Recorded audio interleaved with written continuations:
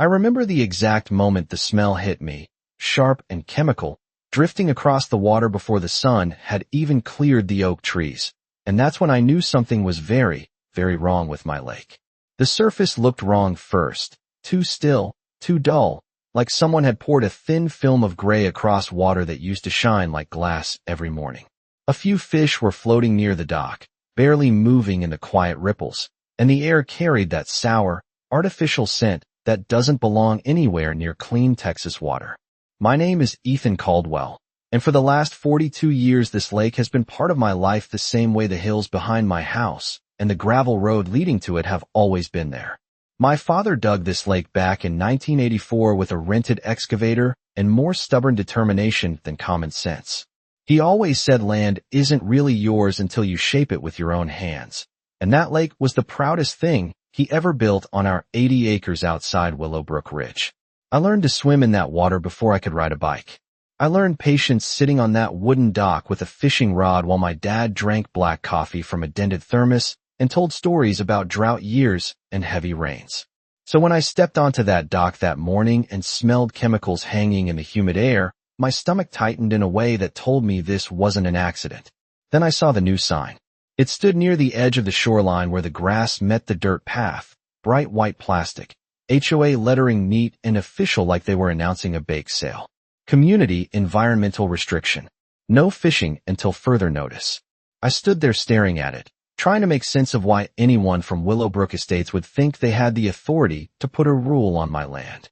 And that's when I heard the slow hum of a golf cart coming down the hill behind me.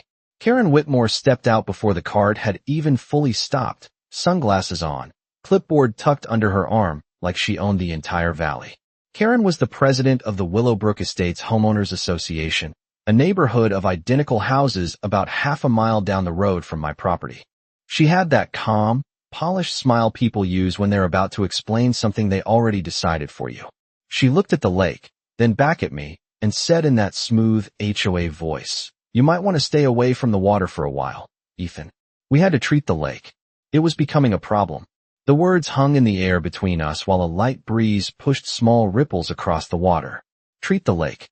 That was how she described the chemical smell, the floating fish, the sign on my land.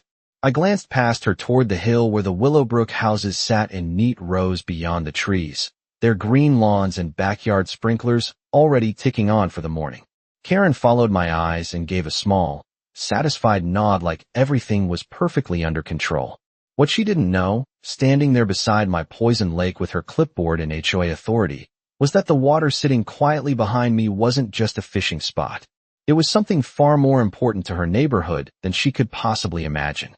Karen Whitmore stood there beside her golf cart like she had just finished solving a minor neighborhood inconvenience, instead of standing on the edge of land that had belonged to my family longer than her entire subdivision had existed. The morning sun was finally pushing above the cedar trees behind her, turning the surface of the lake a pale silver, and the chemical smell drifting across the dock only grew stronger as the air warmed. I crouched near the edge of the water and dipped my fingers into it. The lake used to feel cool and clean even in August heat, but now it carried a faint, oily texture that told me someone had poured something into it that absolutely did not belong there. Karen watched me with that patient smile people use when they think the conversation is already finished. She tapped her clipboard once and said they had received several complaints from homeowners about fishing activity near the shoreline and that the association had decided the lake needed environmental treatment to maintain community standards. Community standards. I looked around slowly, taking in the familiar shapes of the land that my father had spent years shaping with tractors, shovels, and stubborn pride. 80 acres of rolling Texas hill country stretched out behind me, oaks scattered across the pastures, and the old red barn sitting a few hundred yards up the slope where my father used to store feed and tools.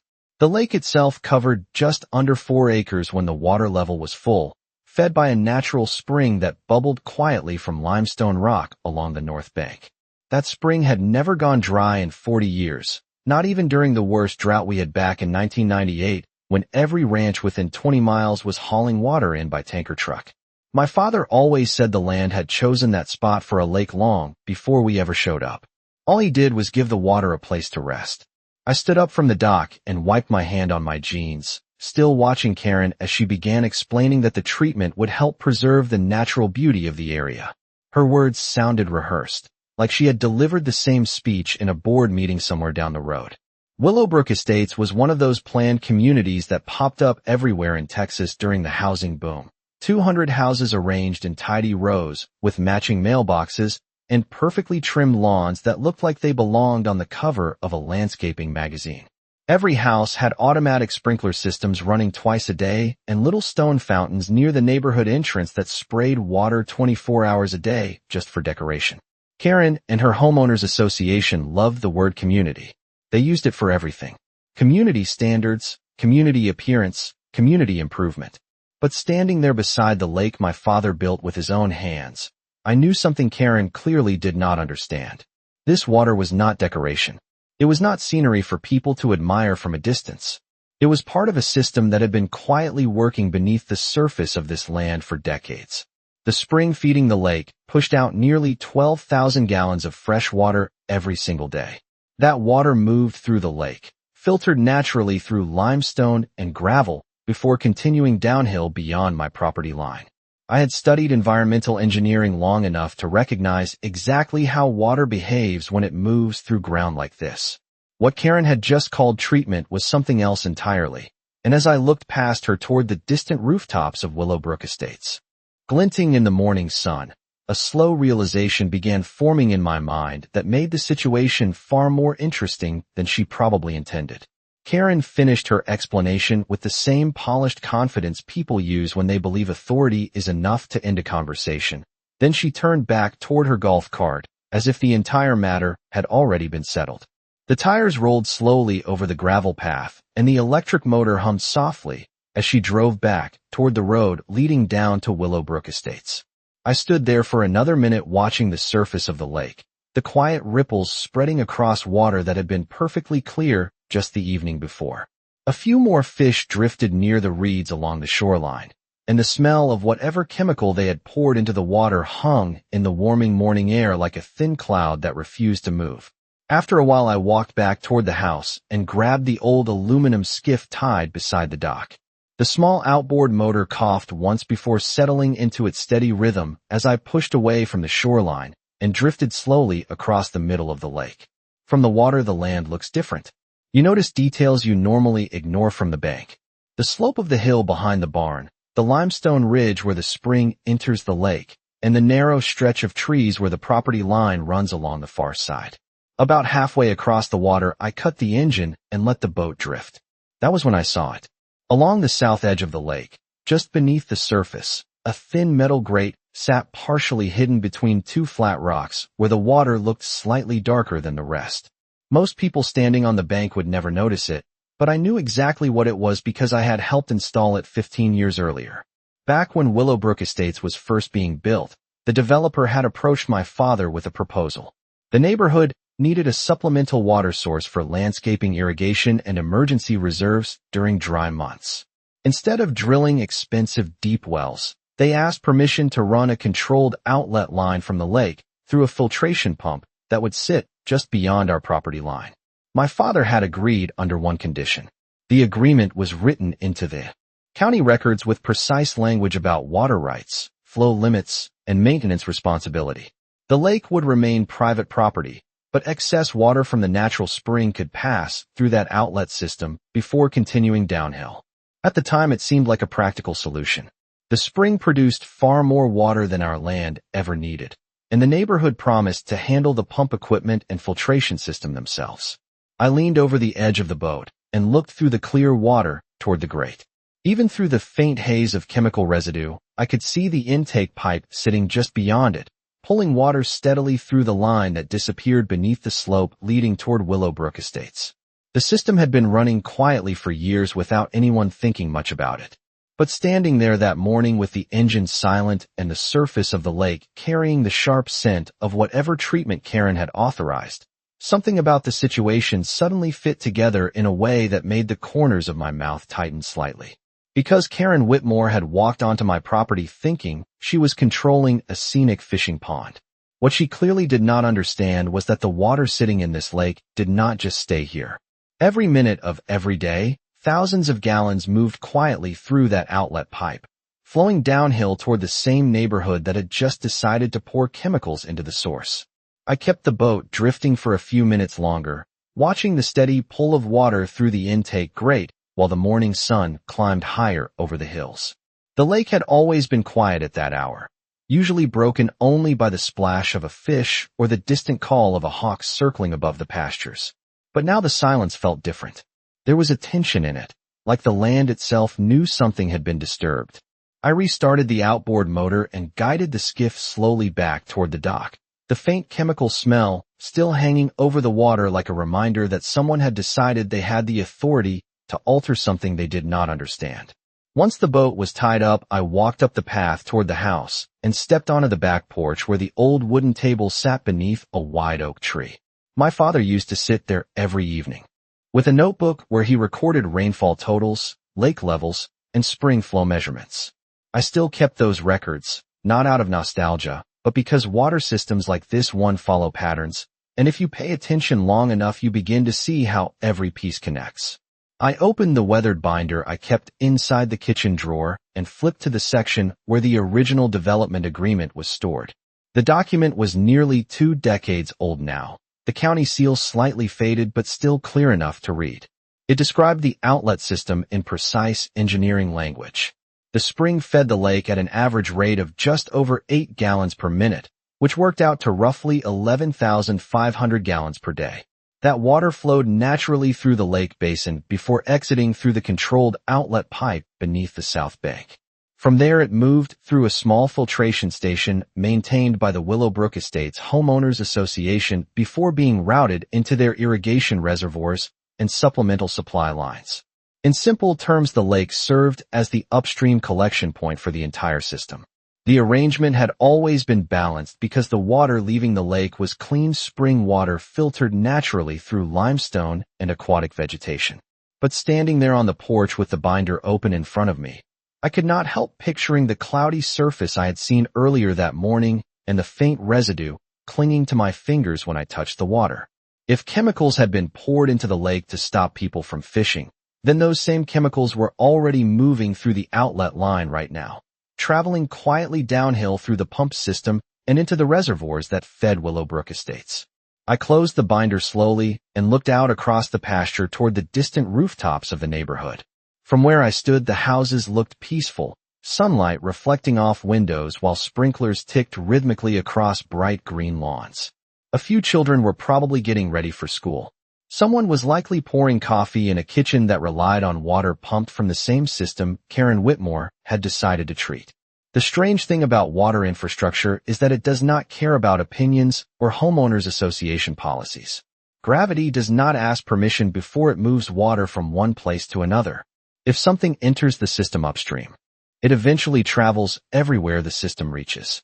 I leaned against the porch railing and watched the lake shimmer between the trees below the hill.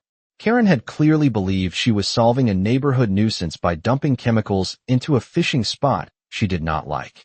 What she had actually done was far more complicated than that, because every minute that outlet pump continued running, the water leaving my lake was carrying the exact same treatment she had authorized, flowing steadily toward the neighborhood that depended on it. By late morning, the smell over the lake had faded slightly, but the water still carried that dull gray sheen that had never been there before. I spent the next hour walking the shoreline, checking the spring inlet on the north bank and the shallow coves where the base usually gathered under the reeds. Everything looked wrong. The water should have been clear enough to see the limestone shelf nearly 10 feet below the surface, but now the bottom was blurred by a faint haze drifting slowly with the current moving toward the outlet pipe. I stopped near the intake grate again and crouched down, listening carefully. Beneath the quiet rustle of wine through the grass, I could hear the faint mechanical hum of the filtration pump farther down the hill beyond my property line. That pump ran almost constantly, drawing water through the outlet system at a steady rate that had never caused problems before. But today the sound carried a different weight, because now I knew exactly what was traveling through those pipes. I stood there for a moment, then pulled my phone from my pocket and took several photos of the water near the shoreline, the floating fish, and the new sign the Homeowners Association had planted beside the dock. After that, I filled a clear sample bottle from the lake and sealed it carefully. Years of environmental engineering work had taught me one simple rule about situations like this. When something enters a water system, documentation matters more than anger. Evidence travels further than complaints. By early afternoon, the Texas sun was high enough to warm the wooden boards of the dock under my boots as I walked back toward the house. Down the hill in the distance, I could see Willowbrook Estates clearly now. Rows of beige houses, manicured lawns, and the tall stone sign at the entrance, with the neighborhood name carved neatly into polished granite. Sprinklers ticked across several front yards in perfect overlapping circles, throwing fine mist into the bright air, while decorative fountains near the community park glimmered in the sunlight. Everything looked calm and orderly from a distance. The kind of quiet suburban scene people move to places like this hoping to find. What most of the residents probably did not realize was how dependent their neighborhood had become on the quiet flow of water leaving my land. The original development had included a few shallow wells, but those were never enough to maintain hundreds of lawns and community landscaping through long Texas summers. That was why the developers had approached my father all those years ago about using the lake as a supplemental source. Over time, the system had grown more important than anyone originally expected. I walked inside the house, set the water sample on the kitchen counter, and opened the county water registry database on my laptop. The old agreement file appeared exactly where it should have been, complete with survey maps showing the route of the outlet pipe and the location of the filtration pump station just beyond my southern fence line. According to the records, Willowbrook Estates had full responsibility for operating and maintaining the pump equipment, but the water itself remained legally classified as spring runoff originating from my property. That meant something very important under Texas water law.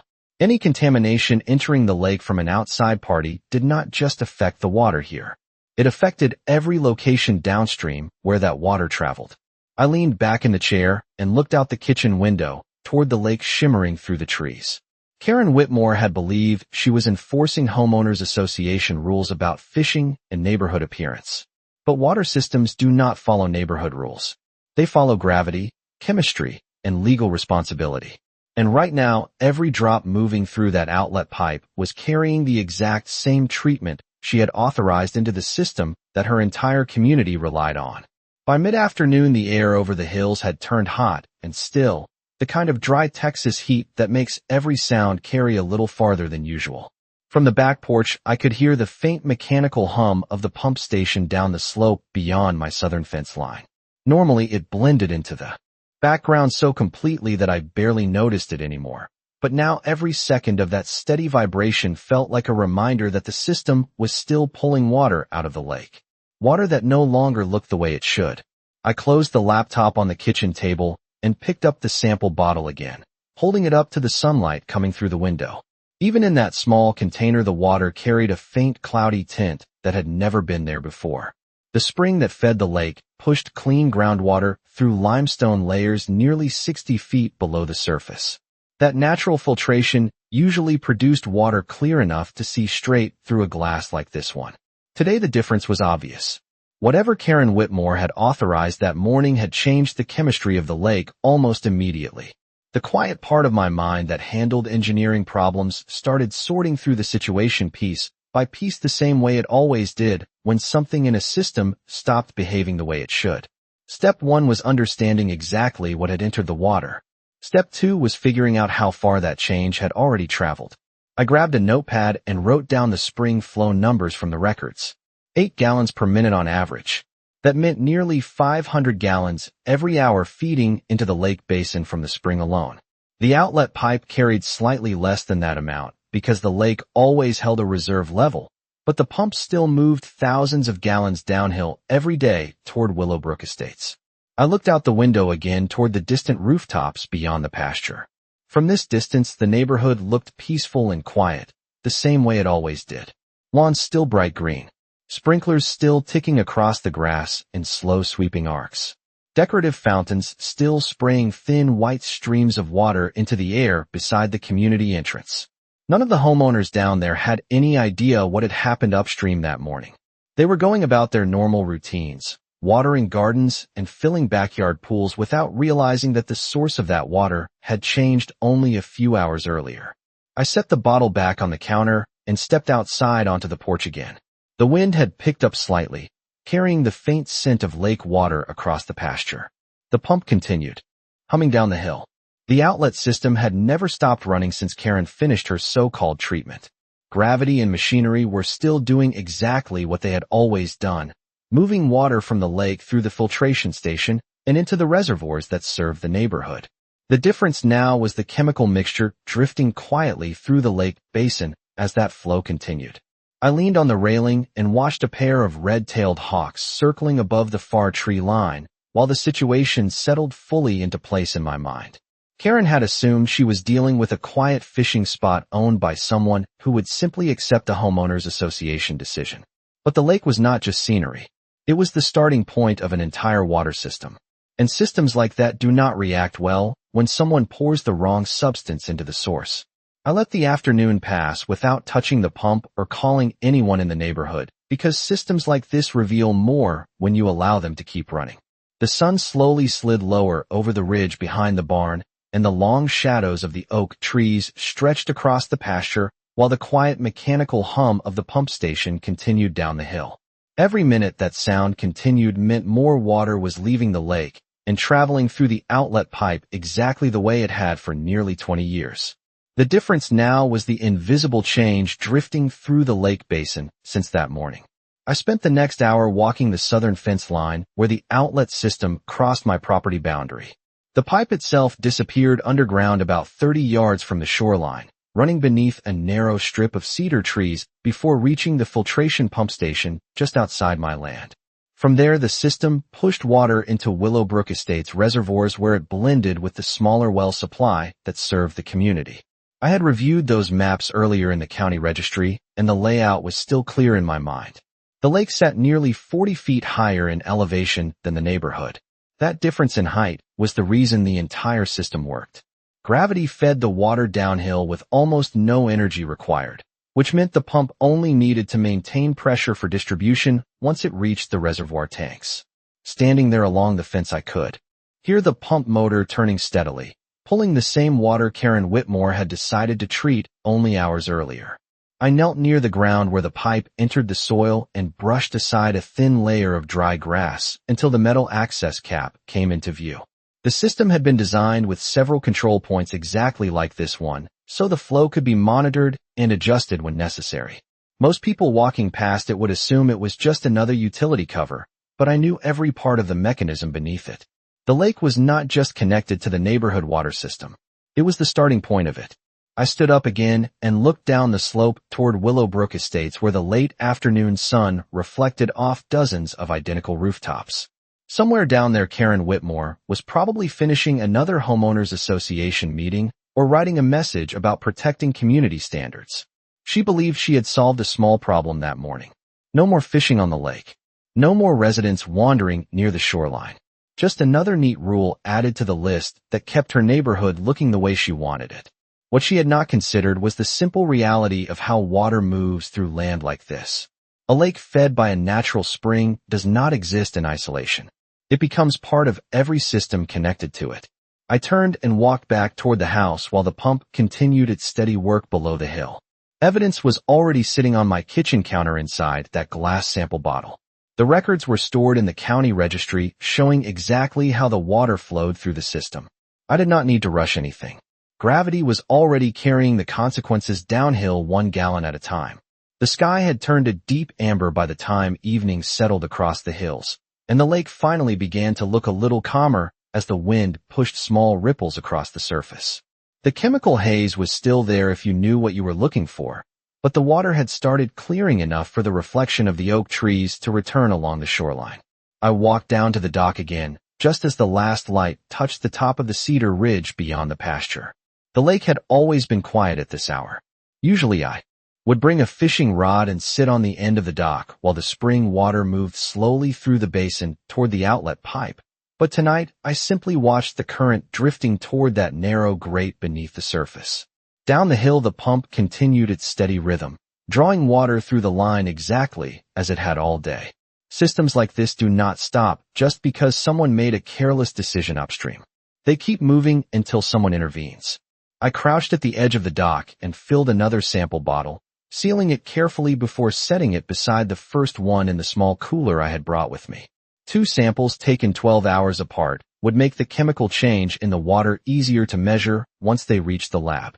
The next step was documentation, not confrontation.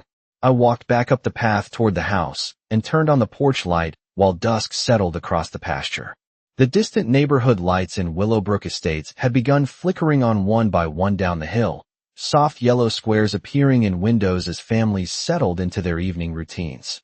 Somewhere down there, sprinklers were still watering lawns that relied on the same outlet system, quietly pulling water out of the lake behind me. I sat at the kitchen table and opened my laptop again, this time drafting a formal report describing what I had observed that morning. The smell, the discoloration in the water, the sign placed beside the dock, and the fact that the Homeowners Association had admitted they authorized a treatment without consulting the property owner or reviewing the downstream flow system. When you work in environmental engineering, you learn that the most effective response is not raising your voice. It is building a record so clear that the system corrects itself. By the time the report was finished, the night air outside had cooled and the crickets had started their steady chorus beyond the porch. I stepped outside once more and looked down toward Willowbrook Estates, where the streetlights now cast long lines across the neighborhood roads. Everything still looked calm from a distance. But I knew something Karen Whitmore did not. Water systems move quietly, but they never stop. Every gallon leaving that lake tonight was still carrying the same mixture she had ordered poured into it earlier that day. Gravity was doing the rest, pulling the consequences downhill through the pipes, the reservoirs, and the lines that fed the community she believed she was protecting. And by morning, the evidence of that decision would be traveling much farther than she ever expected. Morning arrived quietly over the hills, the pale light of sunrise spreading across the lake while a thin mist drifted above the water like a soft gray blanket. I walked down the dock again with the cooler holding the sample bottles in one hand and a cup of black coffee in the other. The lake looked clearer than it had the day before, but the faint chemical tint still lingered beneath the surface if you watched closely. The spring continued bubbling steadily along the limestone edge of the north bank, feeding the basin with its usual calm persistence. Water systems like this one always try to return to balance, but they never forget what passes through them. Down the hill, the pump station was still running, though the sound seemed slightly weaker than it had the day before. I checked my phone and saw the email notification that had arrived just before dawn. The water testing lab had already confirmed the presence of an algaseed compound in the sample I sent overnight. The chemical itself was not illegal when used correctly, but the report included something far more important. The concentration levels showed the compound had entered a flowing source rather than a contained pond, meaning it was already moving through any connected system downstream. I placed the phone back in my pocket and watched the sunlight touch the rooftops of Willowbrook Estates in the distance. Not long after that, the quiet morning was broken by a pair of White County trucks turning onto the road leading toward the neighborhood entrance. Their slow movement along the pavement was easy to follow from the ridge above my property. Environmental compliance officers usually travel in pairs when they investigate water contamination cases. The report I submitted the night before had triggered the standard response. When outside chemicals enter a spring-fed water system, state regulations require the source to be inspected first. That source was my lake. I stood there with my coffee while the trucks continued toward the pump station access road just beyond my southern fence line. A few minutes later, the familiar hum of the pump faded in. Finally stopped altogether. The silence that followed rolled across the pasture like a calm wave.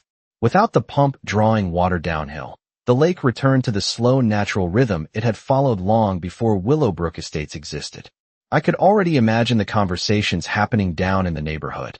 Sprinklers shutting off. Maintenance crews checking the reservoir levels. Homeowners wondering why the system had suddenly gone quiet. I did not need to say a word to Karen Whitmore or the Homeowners Association board. The documentation, the samples, and the water registry records would speak for themselves. The lake belonged to my family, and the spring beneath it fed the entire system by simple gravity. When someone contaminates the source of a shared water supply, the response is not an argument. It is a shutdown. I finished the last sip of coffee and looked out across the lake where the water was already clearing under the rising sun. The fish would return once the system flushed the remaining chemicals away and the natural spring restored the balance it had kept for decades. Down the hill, the neighborhood would eventually understand the same simple truth my father taught me years ago while we watched this lake fill for the first time. Water moves quietly, but it always tells the truth about who controls the source.